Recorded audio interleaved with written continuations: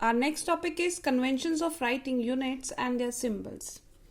Unit is never written with capital initial letter even if named after scientist.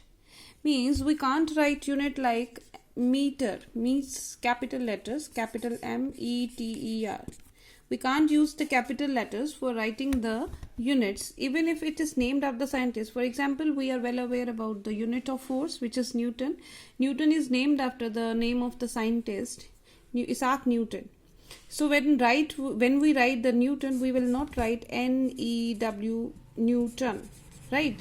We will not use the capital letters. Rather, we will write unit as Newton, NEW Newton. So small letter will be used for writing the units.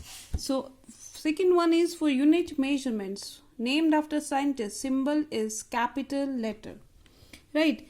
For example, again take this one. For meter we will use the symbol small m, but for writing the Newton we will use the symbol capital N.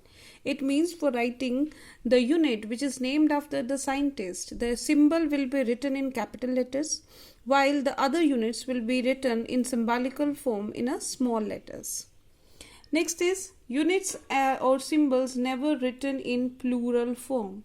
Means we will not write the units as meters, right, or meters.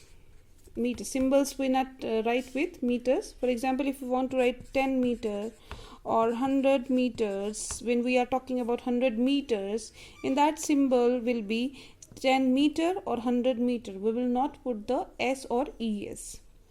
Next is, while writing units, prefer not to use more than one pseudos. Means, for example, if we are having a unit of, for example, this is joule per second per meter square. Suppose this is one of the unit. So for writing this, we will not do joule per second plus meters per meter square. So rather we will use joule per second per meter square. We will write like this. And the last is punctuation marks are not written after the symbol. Means we will not write as punctuation mark like full stop. We will not write. We will write like 10 meter.